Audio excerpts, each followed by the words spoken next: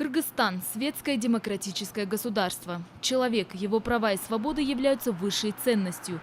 Эта норма прописана в Конституции страны. Признание, соблюдение и защита прав и свобод гражданина является обязанностью государства, которую осуществляет судебная власть.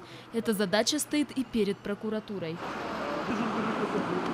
Кроме того, за соблюдением прав и свобод человека следит Европейская конвенция или Конвенция по защите прав и свобод человека. Документ был подписан в 1950 году и вступил в силу 3 сентября 1953 года.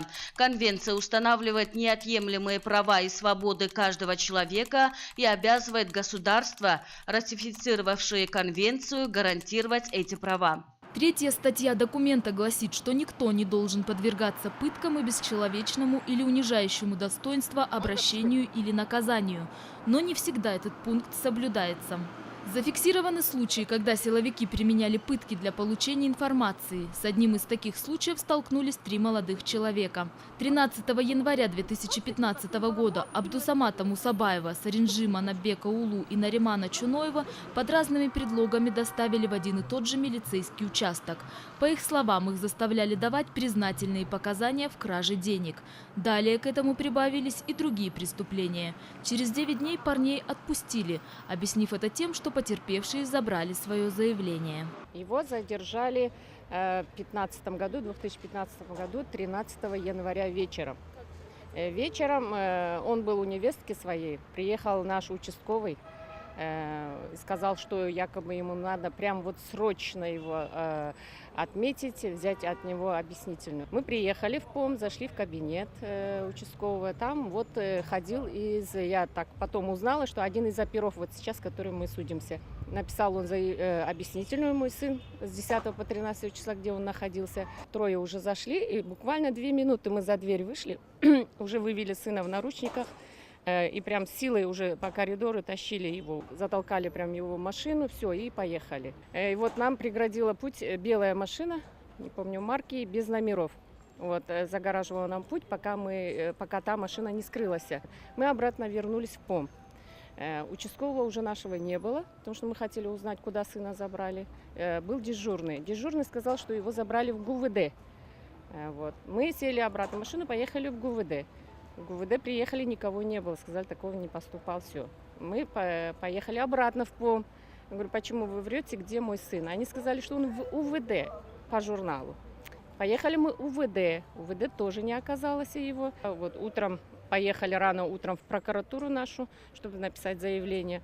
Вот. Когда мы прибыли туда, мне поступил вот звонок с незнакомый номер, Мегаком, не помню, позвонил, и сын мой мне позвонил. Говорил еле так тихо и так с таким этим, да, уже я чувствовала, что он уже битый. Из них также пытались выбить признание за ту же самую кражу. Ранее все 3 парней были осуждены условно. Но о краже, из-за которой их доставили в отделение, они не знали. По словам матери Мусабаева, следователь не представил никаких доказательств. В то время, когда у нее было алиби в защиту сына. Показания свидетелей, которые видели Абдусамата дома. Мы писали в областную прокуратуру. Сначала написали в московскую прокуратуру, московская прокуратура не отреагировала. Поехали в областную, областная тоже.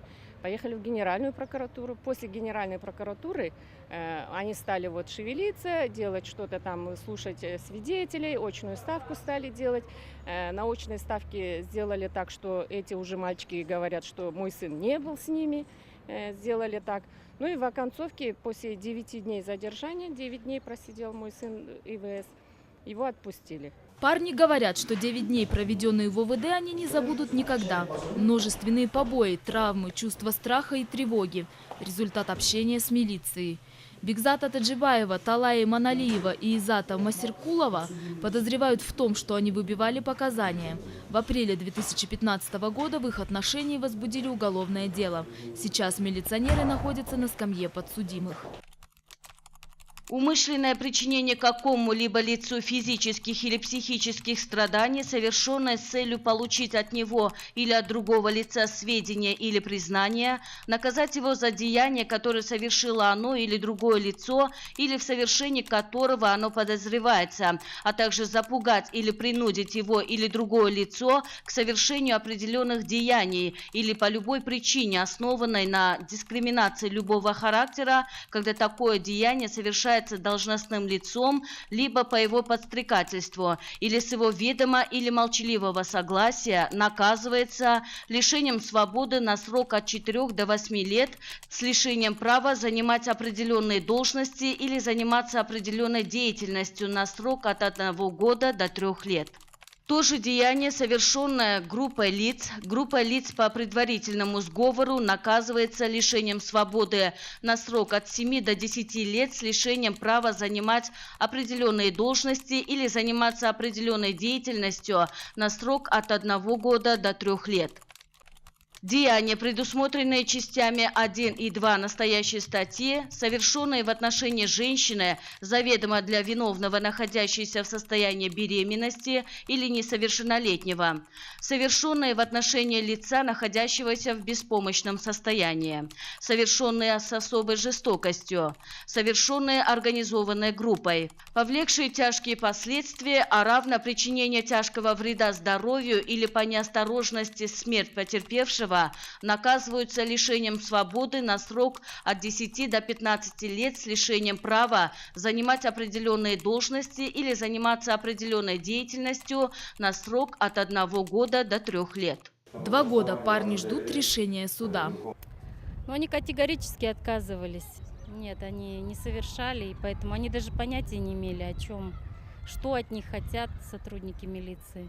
По закону, если потерпевшие докажут, что их пытали, милиционеров могут лишить свободы сроком до 5 лет. Сейчас же подозреваемые находятся под подпиской о невыезде. Я хочу справедливости не только за своего сына, а за тех, которые вот сидят у нас невиновных. Вот я даже за тех хочу, чтобы справедливость восторжествовала, да? Стоит отметить, что в СМИ публикуется много сообщений о подобных случаях. Однако правоохранительные органы заявляют, что в основном это односторонняя подача. И представление подобной информации без проверки ее достоверности незаконно и недопустимо. В то же время в МВД заявляют, что ведомство не скрывает сведений об имеющихся фактах пыток. И решение в этом направлении однозначно. Любое нарушение законности со стороны сотрудника органов внутренних дел должно пресекаться жестко и бескомпромиссно. Особенно если имеются факты применения пыток, говорят милиционеры. Необходимо предъявлять доказательства, именно обоснованные доказательства вины. Например, при обыске, если найдены украденные вещи там, и другие, или показания свидетелей, запись камеры, видеонаблюдения, что вот эти люди совершили кражу. Вот это действительно допустимые доказательства. А пытки – это недопустимые доказательства. И поэтому даже признательные показания, данные под пытками, они не имеют юридической силы.